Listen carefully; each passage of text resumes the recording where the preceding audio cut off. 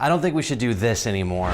I just want a casual relationship, and it's clear that you want something more. What? Not at all. I also want a 100% casual relationship. Oh, wow. All I ask is on days we shaboink that you take me out first so I don't feel like you're using me. That seems totally fair. And I don't know, maybe you could just text me a few times throughout the week just to check in on me and see how I'm doing. Yeah, of course. And if I'm ever moving, I would expect you to help me as a common courtesy.